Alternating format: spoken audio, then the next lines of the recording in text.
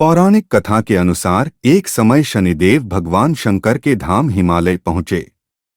उन्होंने अपने गुरुदेव भगवान शंकर को प्रणाम कर उनसे आग्रह किया, हे प्रभु, मैं कल आपकी राशि में आने वाला हूं, अर्थात मेरी वक्र दृष्टि आप पर शनिदेव की पड़ने बात वाली है। सुनकर भगवान शंकर हतप्रभ रह गए और बोले, हे शनिदेव, आप कितने समय तक अपनी वक्र दृष्टि मुझ पर रखेंगे? शनिदेव बोले, हे नाथ, कल सवा प्रहर के लिए आप पर मेरी वक्र दृष्टि रहेगी। शनिदेव की बात सुनकर भगवान शंकर चिंतित हो गए और शनि की वक्र दृष्टि से बचने के लिए उपाय सोचने लगे। शनि की दृष्टि से बचने हेतु अगले दिन भगवान शंकर मृत्युलोक आए।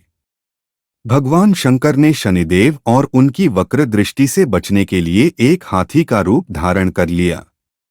भगवान शंकर को हाथी के रूप में सवा प्रहर तक का समय व्यतीत करना पड़ा तथा शाम होने पर भगवान शंकर ने सोचा कि अब दिन बीत चुका है, शनिदेव की दृष्टि का भी उन पर कोई असर नहीं होगा।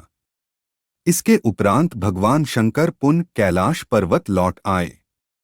भगवान शंकर प्रसन्न मुद्रा में जैसे ही कैलाश पर्वत पर पहुंचे, उन्होंने वहां शनिदेव को उनका इंतजार करते पाया।